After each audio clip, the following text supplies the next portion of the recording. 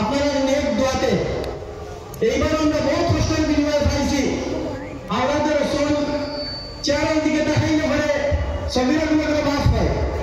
মজা হাজির লম্বা করা যাইত না, যেহেতু আমাদের অতিথি আজকে রাত্রেও হয়তো বিদায় নিতে পারেন, অনেকের হয়তো কালকে সকালে শিলচার প্রোগ্রাম। যাই হোক, আমার মৌলা হয়েছেন যে আমরা বহুত আকাঙ্ক্ষিত আসলাম, পিপাসিত আসলাম।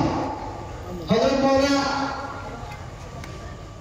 বাদশাহী সাহেব বহুত মানুষ আকাঙ্ক্ষিত যে ইয়াহিয়া সাহেবের ভাড়া লাগবে। দীর্ঘ 2 বছর থেকে আমরা সময় দিতে পারছেন না, এইবার ইনশাআল্লাহ সময় দিচ্ছেন।